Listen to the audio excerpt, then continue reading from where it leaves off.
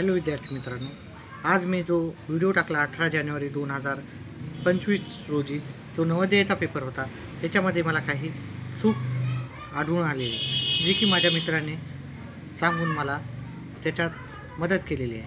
तर हा प्रश्न असा होता, सुरेश त्याच्या काकाच्या घरी भेटायला गेलता 9 वाजता आणि तो परत आला त्याच्या घरी 3:30 मग ह्या प्रश्नामध्ये आपल्याला काय करायचं होतं, 9 वाजल्यापासून ते 3:30 याच्यातलं अंतर काढायचं होतं.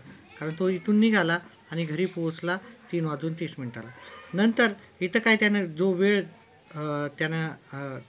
त्याचा वेळ गेलेला आहे, त्या सर्व वेळांची आपल्याला काय करायची होती, बेरीज करायची होती.